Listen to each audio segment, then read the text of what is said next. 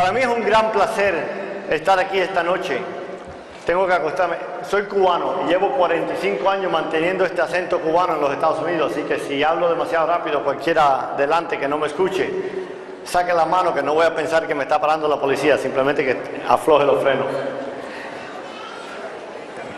En la última parte de mi vida, yo doy conferencias alrededor del mundo y últimamente me he estado enfocando en la manera de que cómo es que podemos ver a Dios y cómo vemos las circunstancias de nuestra vida, ¿no? Vivimos en un mundo hoy en día de que decimos de que hay una crisis en el hogar inmenso, ¿no? Tenemos un nivel de divorcio más alto en la iglesia que fuera de la iglesia. Tenemos una juventud con todas las oportunidades de la vida cometiendo suicidio, narcotráfico, acabando con su vida de una manera increíble. Decimos que tenemos una crisis mundial económica, y si vemos el mundo de los ojos en que la prensa nos los da, decimos que el mundo está llegando al fin, ¿no? Y si somos apocalípticos o si somos mormones, entonces llenamos la casa de cosas para prevenirnos, para que cuando venga por lo menos tengamos con qué alimentarnos. Lo único malo es que no le gusta el vino. Una vez me dijo unos amigos míos mormones: tú tienes tu reserva de 3 años. Y yo le dije: ¿por qué? Dice: bueno, porque si viene el fin del mundo tienes que tener suficiente comida para 3 años. Y digo: bueno, tengo como 200 botellas de vino, tengo arroz, frijoles negros, y yo creo que con eso podemos sustanciar el apocalíptico.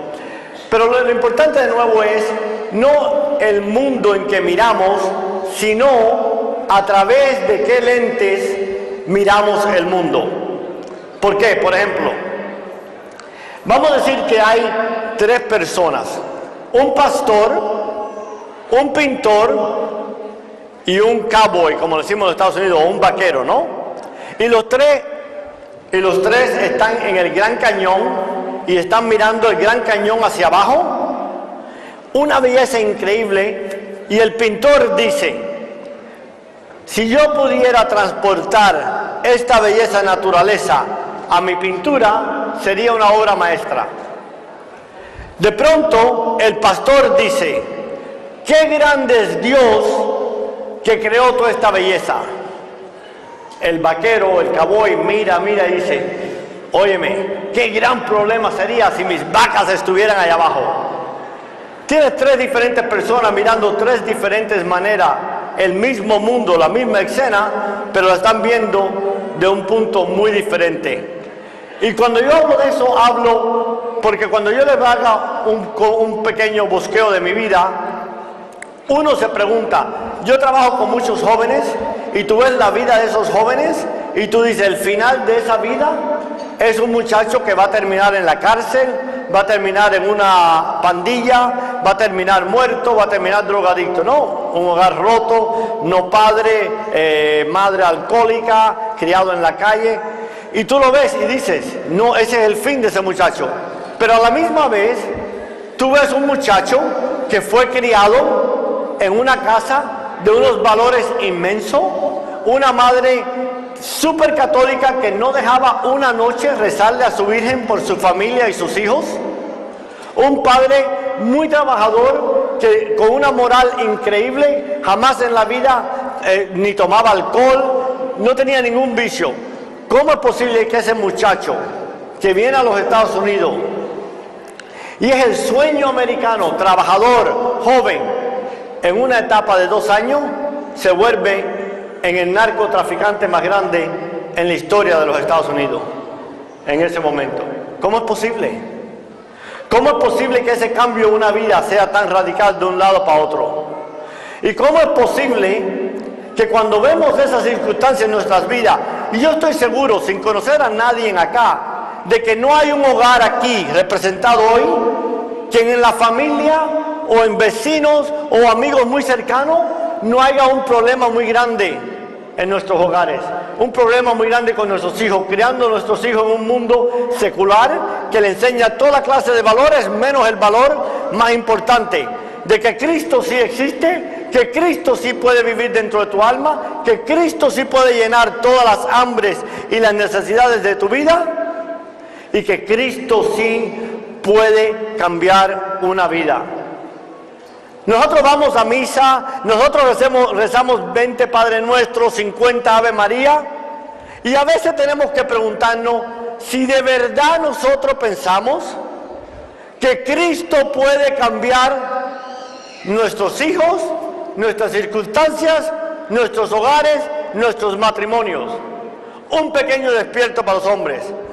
En la última conferencia que yo dije una cosa: en el mundo no tenemos problema de droga, en el mundo no tenemos problema de alcohol, en el mundo no tenemos problema de jóvenes, en el mundo hoy en día solamente tenemos un problema: falta de hombres, ser hombres, falta de maridos, ser maridos, y falta de padres, ser falte.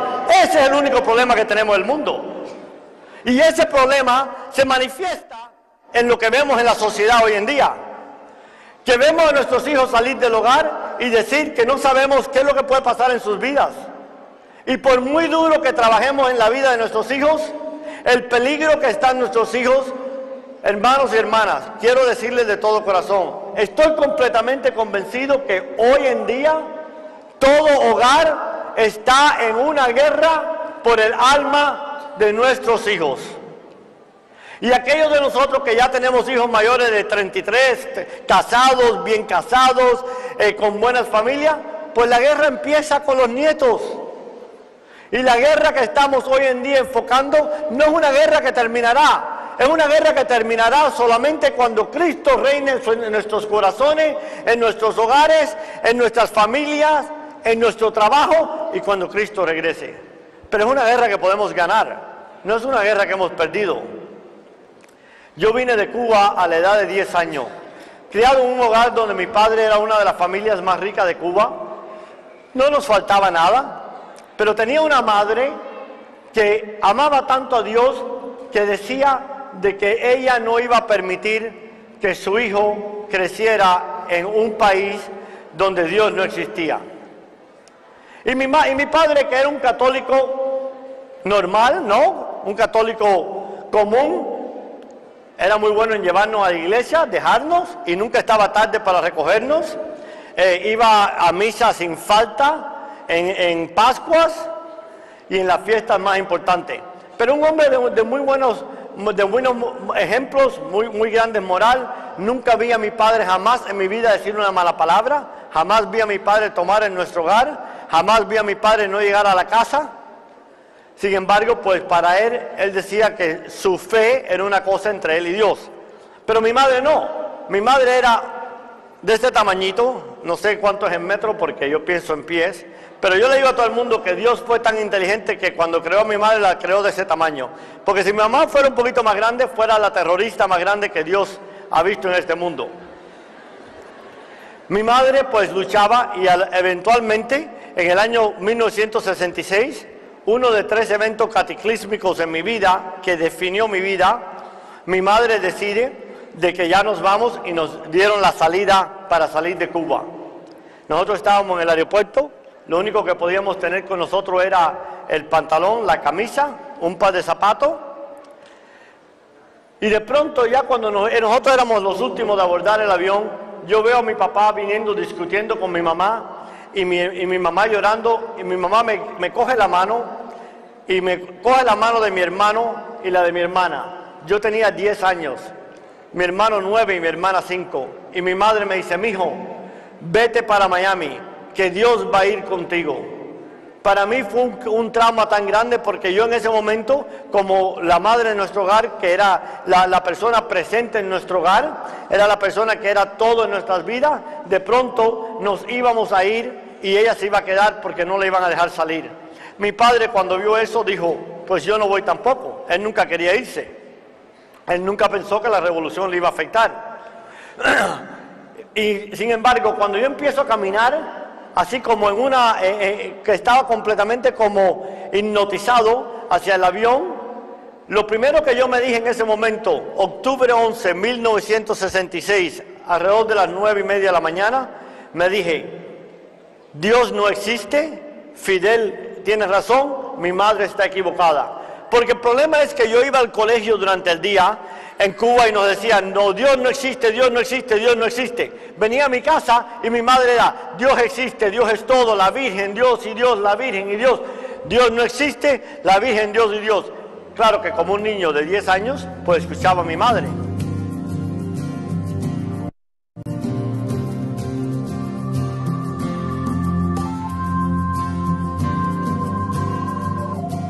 A los 18 años fui auditor federal y a los 19 años estaba encargado de toda la verificación y destrucción de la moneda nacional.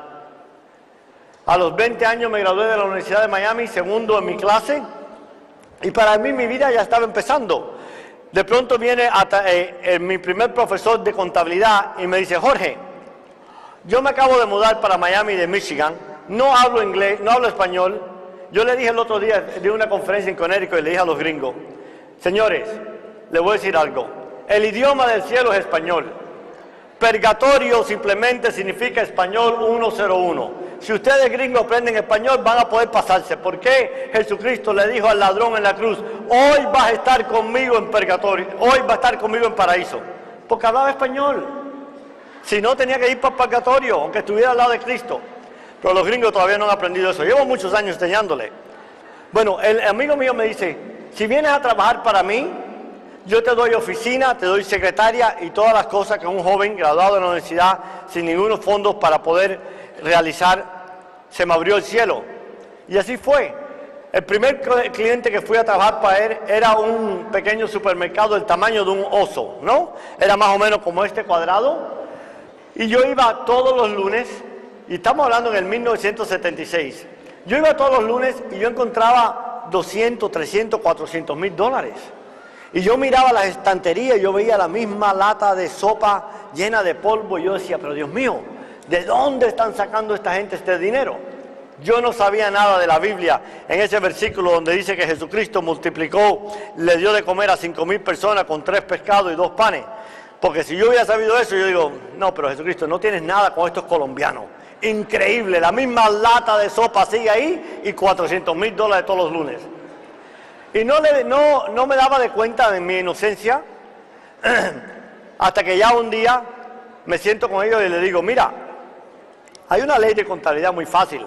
Inventario se compra, inventario se vende. Aparentemente ustedes están vendiendo mucho, pero desafortunadamente no veo que hayan comprado nada. La misma venta, aquí en esta tienda no entra nadie.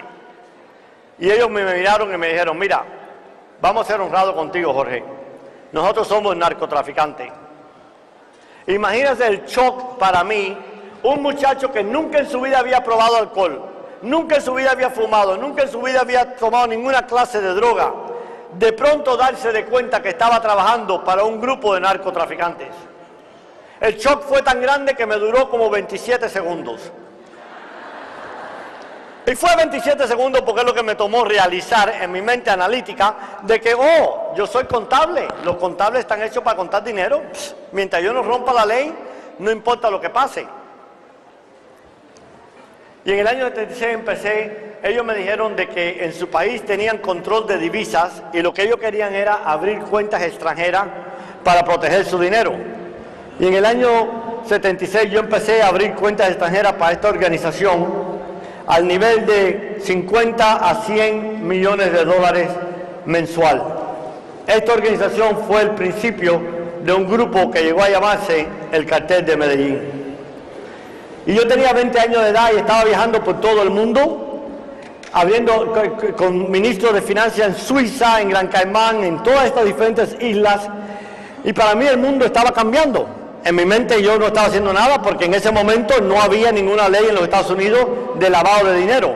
La primera ley en los Estados Unidos de lavado de dinero fue una ley que salió en el año 1979 que se llamaba Operación Greenbacks, Operación Dólares, y fue los Estados Unidos en contra de Jorge Valdés. Y en el año, cuando yo empecé a viajar, de pronto un día yo fui a una fiesta. Y en esa fiesta yo vi a un juez federal que le daba unas sentencias increíbles por cualquier ofensa de droga. Y ese día lo vi yo oliendo cocaína. Lo más interesante para nosotros es que ninguno de nosotros usaba droga. Y cuando yo lo vi a ese hombre oliendo cocaína, yo me dije, si en el año 1966 no hay Dios, En el 1976 no hay moral en los Estados Unidos y no importa lo que haga. En el año 1977 yo llegué a ser la cabecilla y el distribuidor de toda la droga que entraba en los Estados Unidos del cartel de Medellín. En el año 1977 yo manejaba entre 100 y 200 millones de dólares y ganaba de 3 a 4 millones de dólares personal. Tenía 21 años de edad. El mundo mío empieza a cambiar en una manera rapidísimo. Sin embargo, lo que era constante en mi vida, todo empieza a perder valor. No tenía valor amigos, no tenía valor mujeres, no tenía valor ninguna posesión.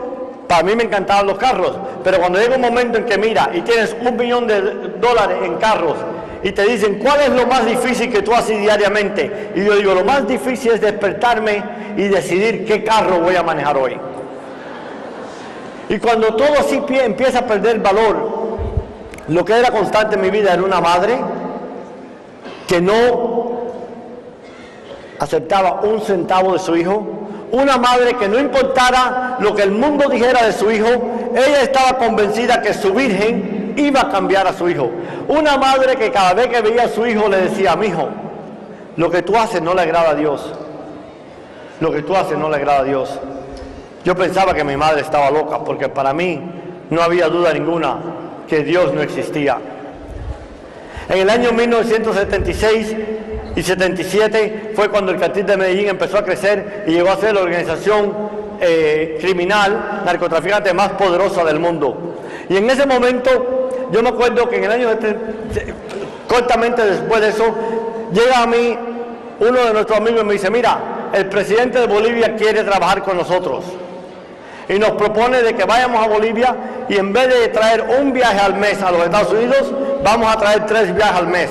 O sea, en vez de ganarte 3 millones de dólares al mes, te vas a ganar 21 millones de dólares al mes.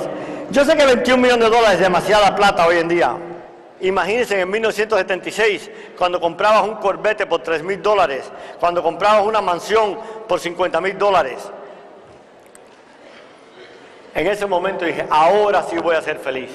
Porque aparentemente 3 millones no era suficiente, pero 21 millones de dólares sí me iba a hacer feliz. Decidí ir a Bolivia y cometí el error que nunca había hecho. Tenía una reunión yo con el general Somoza en Nicaragua y en vez de ir no había vuelo comercial en ese momento, me monté en el avión y chocamos en Panamá. Chocamos en Panamá y cuando nosotros chocamos en Panamá, que caímos presos, lo primero que vino fue a verme el fiscal general de la Nación. Y yo le dije 2 preguntas. Primero, ¿cuánto nos cuesta comprar la cocaína? Y segundo, ¿cuánto me cuesta salir de acá? Me mira y me dice, Jorge, la cocaína ya se vendió, salir de acá te cuesta a ti 500,000 dólares. A ti, 100,000 a cada uno de tus pilotos. Le dije, dame una llamada, en 2 días tendrás el dinero acá. Exactamente hicimos eso. Vino y me dijo, ya vas a salir mañana. Te vas a ir para Costa Rica. Yo había decidido que nos fuéramos para Costa Rica porque el presidente que acababan de elegir en Costa Rica, yo había pagado su campaña completa. Y en ese momento me dice el fiscal, te van a llevar a la ciudad de Panamá, va a estar el DEA de los Estados Unidos, te van a dar un poco de golpe para intimidarte, simplemente tú di tu historia, que tú lo que estabas era llevando armas para los sandinistas. Y no te preocupes que vas a salir. Nos llevaron a la ciudad de Panamá, nos pusieron en un cuarto y trajeron a un muchachito que medía más o menos este tamaño, pesaba unos 45 kilos, lo desnudaron y le pusieron un palo de escoba grandísimo por detrás. Empezó a sangrar por todas partes y nos miraron y dijeron, este tenía 50 libras de marihuana, ustedes tienen 500 kilos de cocaína, en el tiempo que 1 kilo de cocaína valía 75,000 dólares. Los pilotos lo primero que dijeron no solo era de que mi historia era mentira, que nosotros no estábamos llevándole armas a los sandinistas, que yo era narcotraficante, quizás el más grande en el mundo en ese momento, y también le dijeron que yo acababa de sobornar al fiscal general de la Nación. Nos llevaron para un calabozo y por los próximos 30 días, sin darnos de comida, en una cárcel que hasta ya la derrumbaron, pero se llamaba La Modelo en Panamá. Nos torturaron al punto que por 5 años después, cada vez que iba al baño a orinar, pasaba sangre.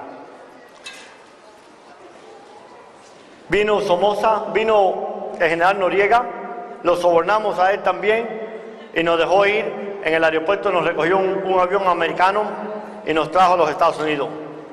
Me trajeron a los Estados Unidos, me dieron $7 millones en fianza, la fianza más alta en los Estados Unidos. Me encausaron de ser jefe de la organización de narcotráfico más grande en la historia del mundo en ese momento. Y yo acababa de cumplir 23 años de edad. Y yo me acuerdo ese día que yo entré a esa cárcel donde estaban todos los medios de televisión, los canales más importantes, 60 minutos, y decían que hielo corría por mis venas. Y a mí no me importaba lo que el juez dijera, no me importaba lo que los agentes federales, nada. Mi corazón había llegado a un punto en que se había endurecido tanto que yo no tenía misericordia con nadie. Pero sin embargo, nunca en la vida me olvidaré, pasando por el pasillo y viendo a mi padre y mi madre bajar la cabeza del bochorno tan grande que tenían, porque solamente habían venido a este país a darnos una oportunidad de trabajar y yo me había vuelto en un narcotraficante. Pero no importa lo que dijera la prensa, no importa lo que todo el mundo dijera, mi madre decía, mi Virgen cambiará a mi hijo. Me fui para la prisión, la gente dice que la prisión cambia a las personas, no, las prisiones no cambian a nadie. En ese momento, cuando yo me fui a la primera prisión que llegué, tenían una recepción para mí, tenían un pastel, comida, 60-70% de los que estaban ahí trabajaban para nosotros o para alguien que trabajaba para nosotros. Para mí ir a la prisión fue como unas vacaciones pagas. Salí de la prisión después de cumplir mi sentencia, con el mismo remordimiento y el mismo odio y la misma gana de vengarme. En la prisión seguí corriendo las operaciones del cartel. Pero dos cosas empezaron a pasar. El primer evento que pasó fue una noche, en este momento, en el año 85, en 85 en Miami, se formó un problema muy grande de que se unieron unos narcotraficantes con unos jefes de policía de homicidio y formaron un grupo y empezaron a secuestrar a las familias de los narcotraficantes. Entonces ellos pararían a mi mamá y le dijeron, señora, en un carro de policía hay un problema con su licencia, venga, y se la llevaban. Y si no pagábamos, pues la mataban. Y mataron a muchas personas. Entonces tú te puedes imaginar la escolta que yo tenía todo alrededor de la casa de mis padres. En medio de la noche, un día a las 2 de la mañana, me llama uno de los guardaespaldas y me dice, Jorge, tú tienes que venir y ver lo que acaba de pasar. Ustedes no se pueden imaginar en ese momento qué significaba a mí a las 2 de la mañana escuchar que algo había pasado en casa de mis padres. La movilización de guardaespaldas, la movilización de gente, parecía que estábamos invadiendo a Irak. Porque lo que pasaba por mi mente es, o compraron a los guardaespaldas, o secuestraron a mi mamá, o secuestraron a mi papá, o qué es lo que está pasando. Llegamos allá y lo que había pasado es que mi madre, como todas las noches, ella salía a rezarle a la Virgen. Los guardaespaldas le decían, señora, nosotros podemos llevarle la Virgen adentro, usted rece con la Virgen, acompañe a la Virgen y después que termine con la Virgen, la ponemos en el patio donde usted la ha tenido 25 años. Mi madre, cabezona, decía que de ninguna manera iba a dejar eso. Y esa noche era como la 1 de la mañana y todavía estaba afuera rezando de que su Virgen y su Dios cambiaran el corazón de su hijo. Porque ella sabía que esa persona que su hijo había llegado a ser en ese momento no era la persona que ella había traído al mundo. Y que ella sabía de que a través de todo ese mal, de toda esa podrición y de todo ese poder, su Virgen podía cambiar el corazón de su hijo.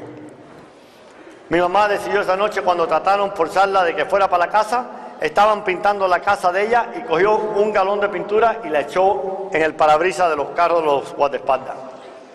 Y yo me acuerdo esa noche que cuando yo llegué y vi lo que era, yo corrí lleno de furia, personas con ametralladora a todo alrededor de la casa, y entré y mi madre estaba en el cuarto rezando y era como las 2:30 de la mañana. Y dije, mami, ¿qué es lo que te pasa? Tú estás loca. ¿Tú no entiendes que lo que estás haciendo va a resultar que te maten? ¿O que yo mande a matar 100 personas? Y mi madre me miró en los ojos ese día con la calma más grande del mundo y me dijo, mijo, si yo muero, tú eres el que me mataste. Porque, mijo, lo que tú haces no le agrada a Dios. A mí me entró una furia por dentro que yo la miré y dije, mami, ¿por qué sigues con esa estupidez de que Dios no existe? ¿Dónde estaba Dios cuando te dejaron en Cuba por 1 año y medio y nosotros vinimos a los Estados Unidos a pasar hambre? ¿Dónde estaba Dios cuando tú llegaste y tenías cáncer en la garganta y estuviste en cama por 3 años? ¿Dónde estaba Dios cuando yo tuve que ser esposo, padre y todo a mis hermanos a la edad de 10 años? Mami, Dios no existe. ¿Tú necesitas a Dios? Yo te voy a enseñar. ¿Qué puede hacer Dios? Querer lo que quiera, yo también. Comprar lo que quiera, yo también. Dios tiene el poder de vida y muerte, mami, yo también. ¿Tú sabes qué? Yo soy Dios. Y lo triste fue que llegó un punto en mi vida en que verdad yo creía que yo era Dios. Y no era porque un día me levanté y me miré en el espejo y dije, ¡ay, Dios mío, qué hermoso tú eres! Debe ser que Dios parece como tú. No, es que la sociedad, en vez de decirme que lo que era un narcotraficante, que lo que era un perverso, que lo que era las cosas más horrorosas del mundo, no, me halagaban, me levantaban, me idolatraban y me hacían sentir como Dios. Pero mi madre nunca se rendía. Después de ese evento, como a los 3 meses, yo iba a California todas las semanas, y ese día yo me recuerdo que era un martes y yo me levanto, me sentí de lo más bien, desayuné y me fui para el avión, y cuando fui a montarme en mi avión empecé a vomitar y empecé a vomitar y a vomitar. Entré a la terminal y me empezó a dar diarrea y estaba que me salía por todo, hasta por las orejas me salía casi. Y yo me acuerdo que yo le digo a mi guardaespaldas, mira, Eduardo, era mi mano derecha, yo no puedo ir, vete tú porque voy a vomitar en ese avión, vete tú y yo voy la semana que viene. Él me dio un beso, mas nunca lo vi. Mas nunca lo vi porque había un contrato en mi vida y lo mataron, yo no llegué y lo mataron a él en vez de a mí. No es que había un contrato en mi vida. Todas las mañanas yo me levantaba, yo me acostaba con una 9 milímetros debajo de mi almohada y una ametralladora Uzi al lado de mi cama. Lo triste de esto fue que ese contrato vino de alguien que yo ayudé a criar su familia. Pero yo me acuerdo que ese día cuando fuimos a enterrarlo, su hijita tenía 2 años y medio, yo la había bautizado hacía 6 meses, y me dice, padrino, mi papi se fue con Cristo. Y fue la primera vez en mi vida, desde octubre 11 de 1966, que las lágrimas salieron de mis ojos. La primera lágrima que salió de mis ojos fue porque me dije, primero, si hay un Cristo en este mundo, lo que estamos haciendo no nos va a llegar allá. Pero peor que eso, cuando mi hijita de 2 años le va a decir a alguien que su papi se fue a estar con Cristo y nunca la fuera a ver. Porque hermano y hermana, yo estaba convencido diariamente que salía de mi casa que ese día iba a morir.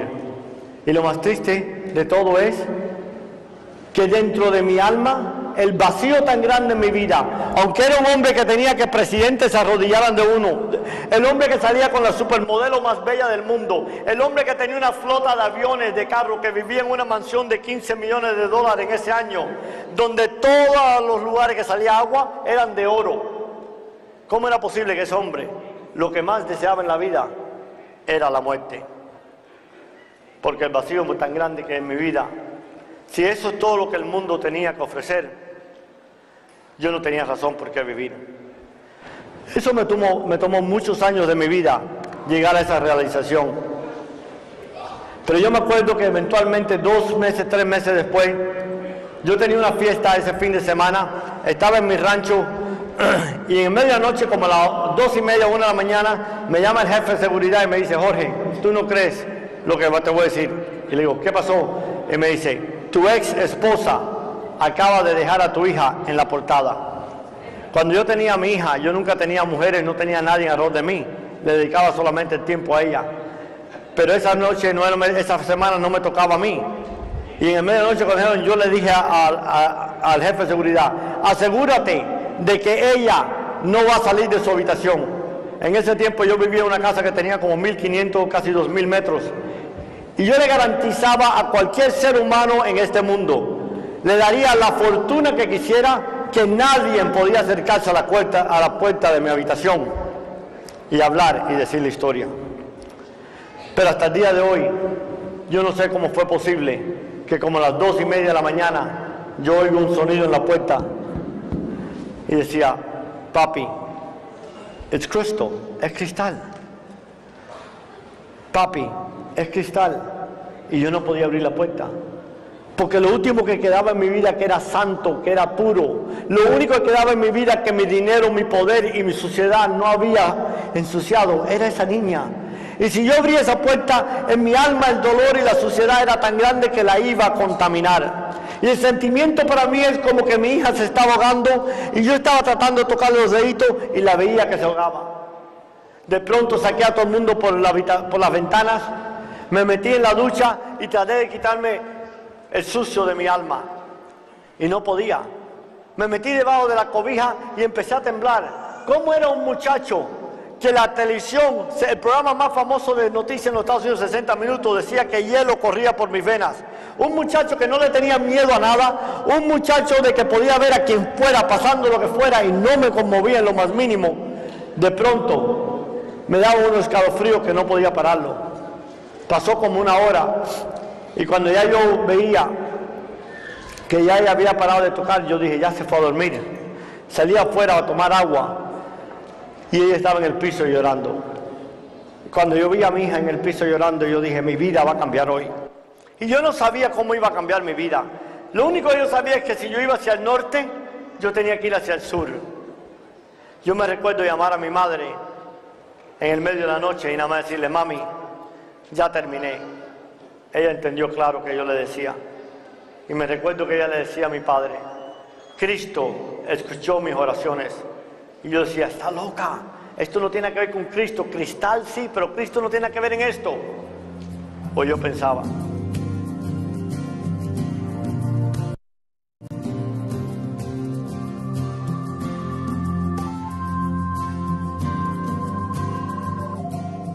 Me mudé para mi rancho.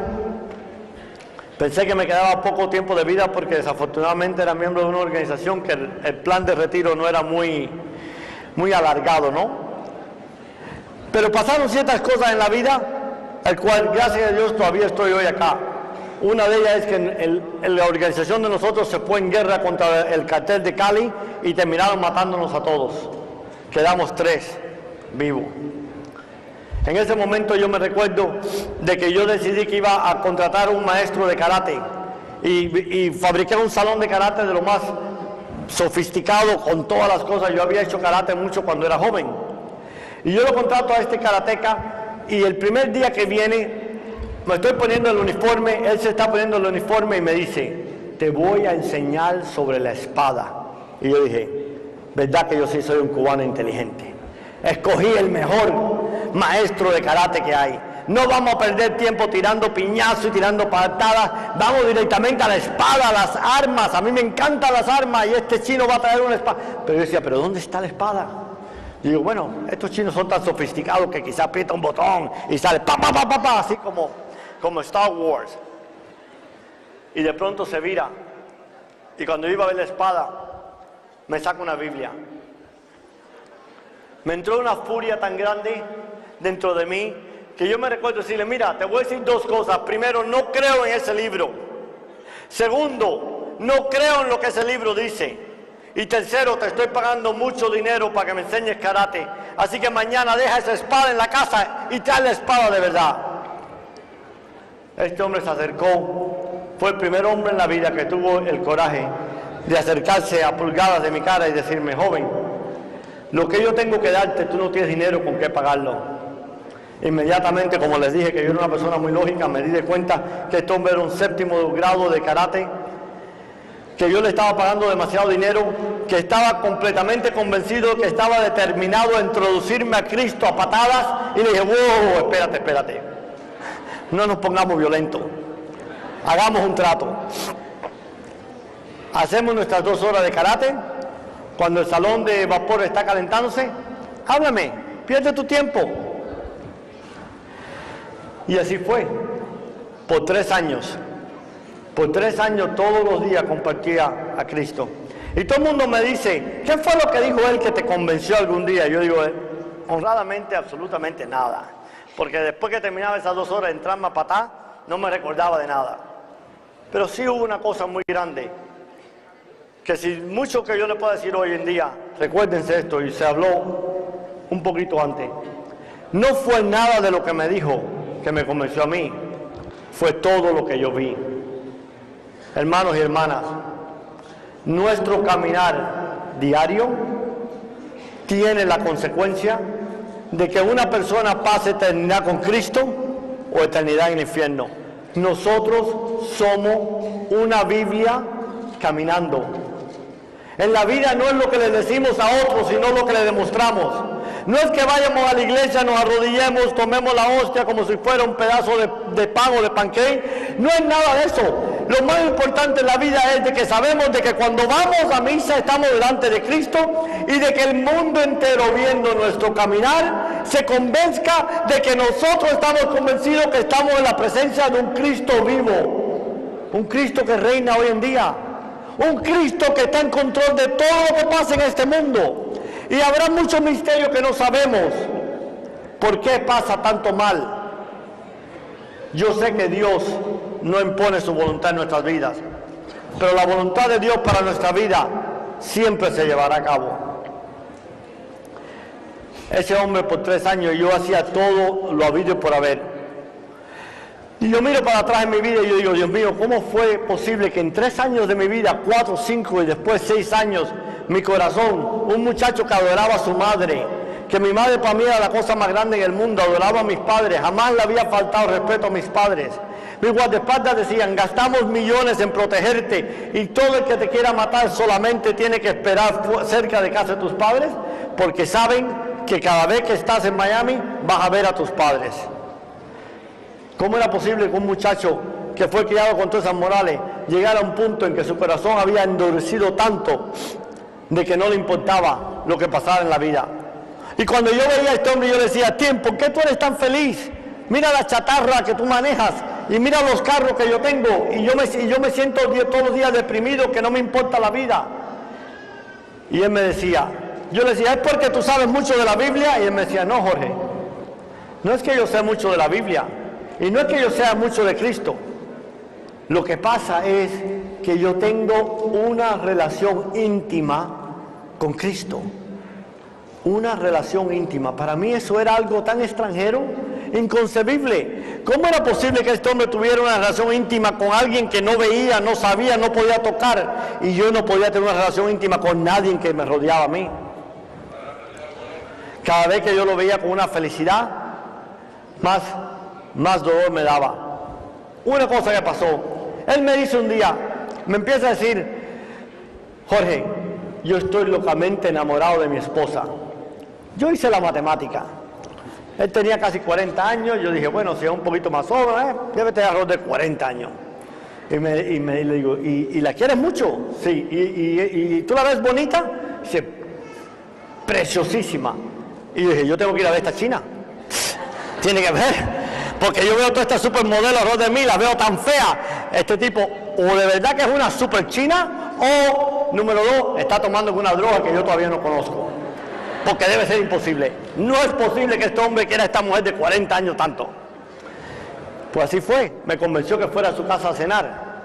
Y yo me acuerdo ese día que yo fui determinado de ver este gran misterio de la japonesa supermodelo de 40 años y las mías de 20 eran feísimas.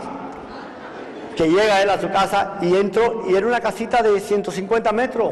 La casita de huésped de mi casa era 5 veces mayor. Y él estaba feliz en esa casita chiquita y yo decía, Dios mío, si esto es una casa de campaña, ¿cómo este hombre va a estar feliz? Y yo intrigado y tenía una angustia por dentro inmensa. Y de pronto salió la super japonesa. Hoy en día la veo muy bella, ¿no? Pero ese momento que yo la vi a ella y llegó a saludarme y él me dijo, Jorge, esta es Terrico, el amor de mi vida. Y yo me acuerdo que yo lo miré a él, la miré bien a ella y le pregunté, ¿y esta es tu esposa de la cual me has hablado mucho? Me dice, sí. ¿Y esta es quien tú amas mucho? Y dice, tanto como hace 20 años que me casé con ella. Digo, pues, tú estás enfermo.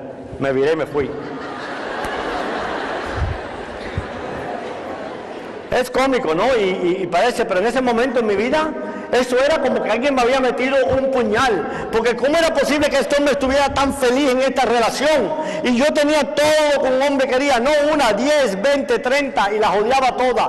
Un hombre que adoraba a su madre, odiaba a las mujeres. Un hombre que no tenía valor para los carros, para nada.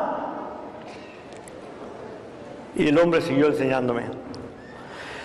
Eventualmente, cuando mi libro salió, hubo una recepción muy grande en Miami y la esposa me llama y me dice: quiero decirte algo que pasó, que nunca se lo he dicho a nadie.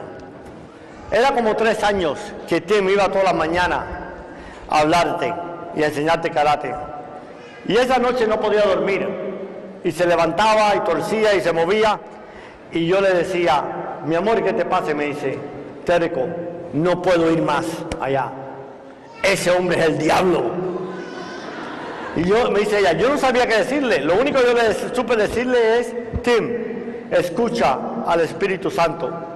Y él me contestaba: ya lo escuché, y me dijo que me echara a correr lo antes posible. Tim, escucha al Espíritu Santo. Terco, tú no entiendes. Si el anticristo viene, ya llegó, es el cubano ese en esa finca. Llevo 3 años hablándole y ese hombre ha ido de peor en peor. No ha avanzado ni una pulgada para adelante. Estoy perdiendo mi tiempo.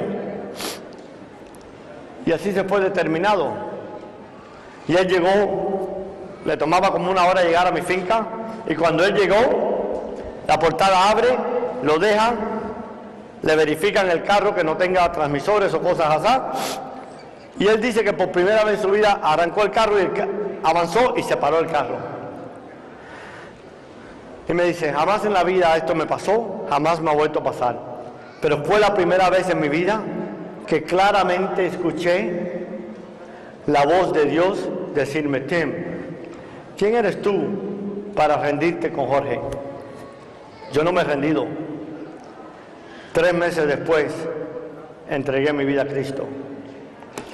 ¿Qué pasó? ¿Y cómo puede ser posible? ¿Y qué relámpago cayó del cielo que me tocó y decidí cambiar radicalmente?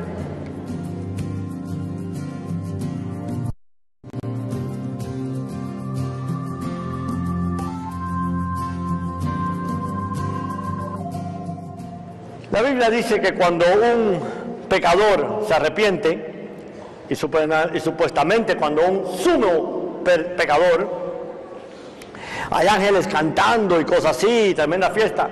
Posiblemente, ¿no? Algún día cuando lleguemos allá vamos a ver si es verdad.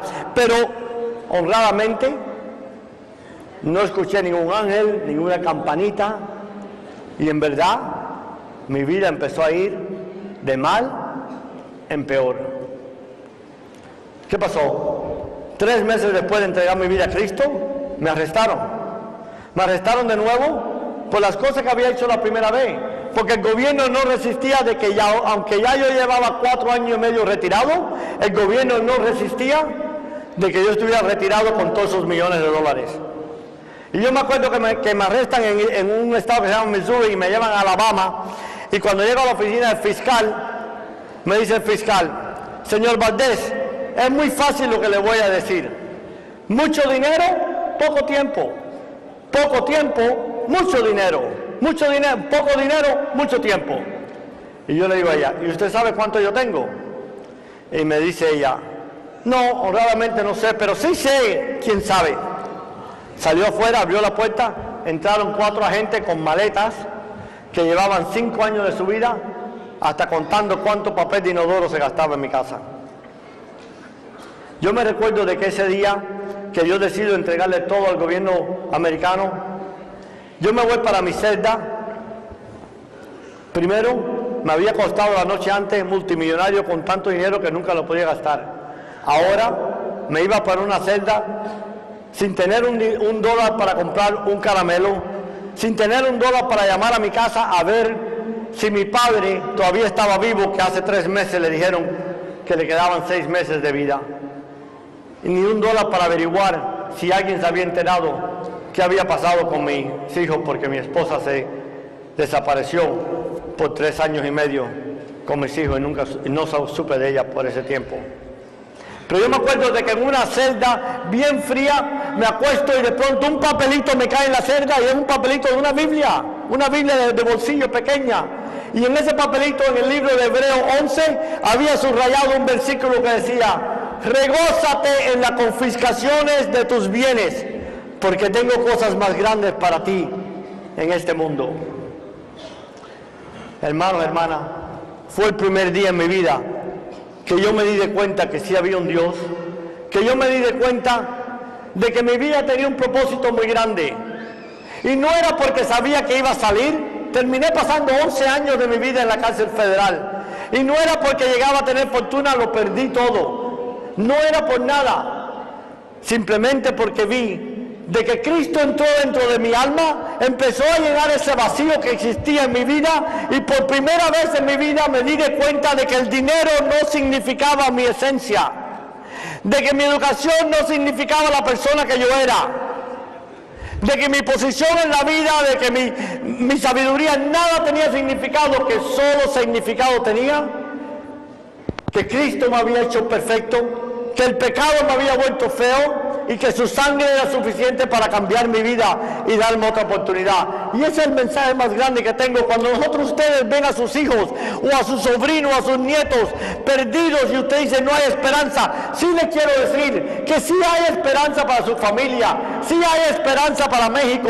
Nosotros tenemos en este país no una imagen de una virgen, tenemos a la Virgen María viviendo en nuestra patria.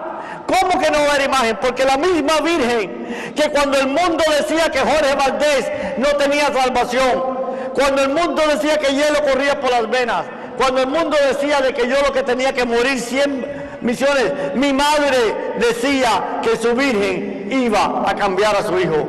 Hermanos y hermanas, si vivimos en dolor, si vivimos derrotados, si vivimos sin esperanza, no es la culpa de Cristo, no es la culpa de la Virgen Guadalupe, es la culpa de nosotros, porque ni Cristo ni la Virgen cambia. Lo que cambiamos somos nosotros, que nos rendimos y aceptamos el mensaje que la sociedad nos dice. Aceptamos que nos diga que nuestros hijos están perdidos. Aceptamos que nos diga que nuestra tierra está comida por el narcotráfico. No, el narcotráfico existe porque Cristo ha desaparecido de nuestros hogares. Porque cuando Cristo y la Virgen regresen a nuestro hogar, el narcotráfico no tiene espacio en nuestra familia. Y si el narcotráfico no tiene espacio en nuestra familia, tiene que salir.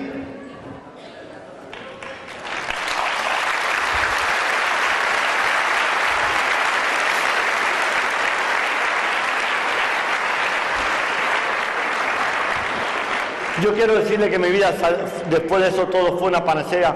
Estuve 11 años preso, en la prisión saqué una maestría, saqué un doctor, terminé, empecé a estudiar para un doctorado, y cuando salí de la prisión me gradué y saqué un doctorado, un PhD en estudios bíblicos, y fui uno de 6 hispanos en los Estados Unidos.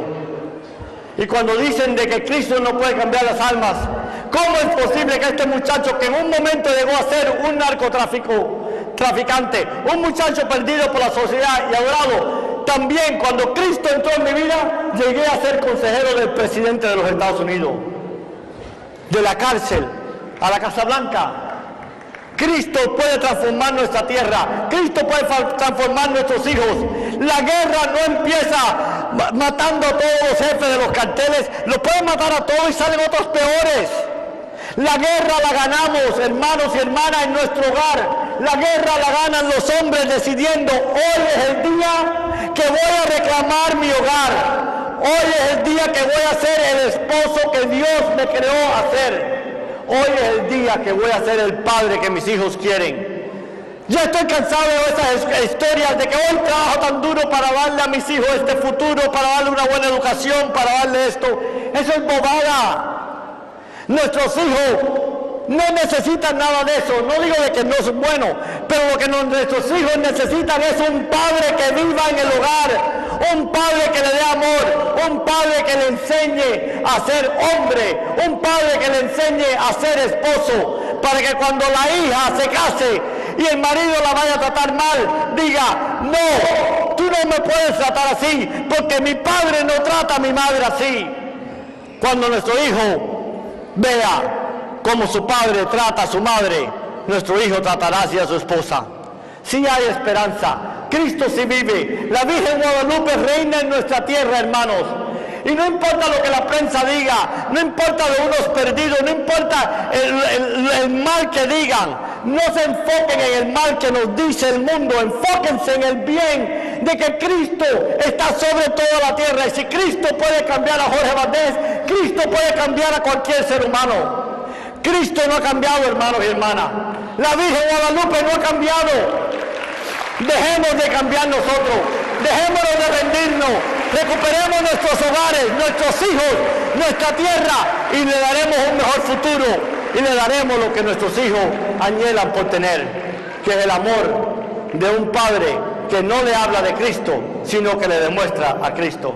Dios le bendiga, hermanos.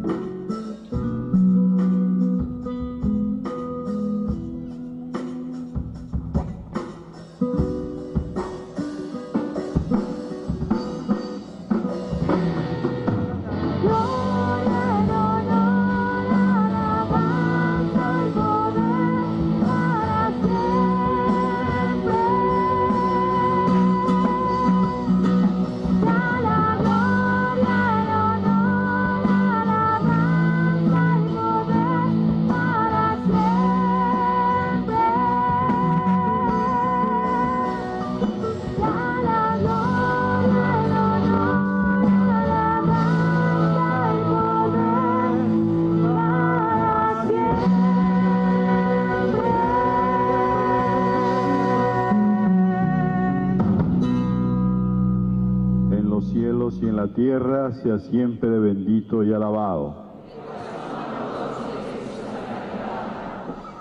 En los cielos y en la tierra sea siempre bendito y alabado. En los cielos y en la tierra sea siempre bendito y alabado.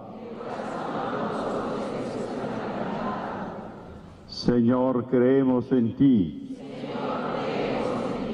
Señor, creemos en ti. Señor, creemos en ti.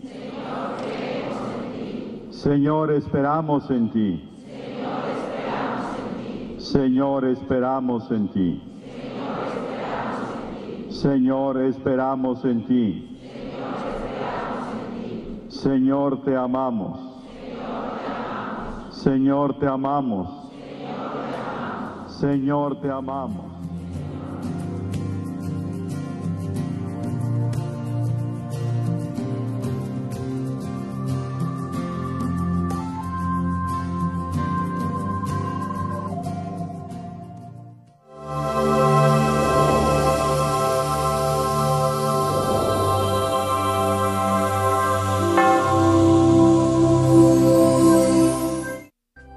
Si usted desea una copia de este programa, por favor contáctenos a los siguientes teléfonos.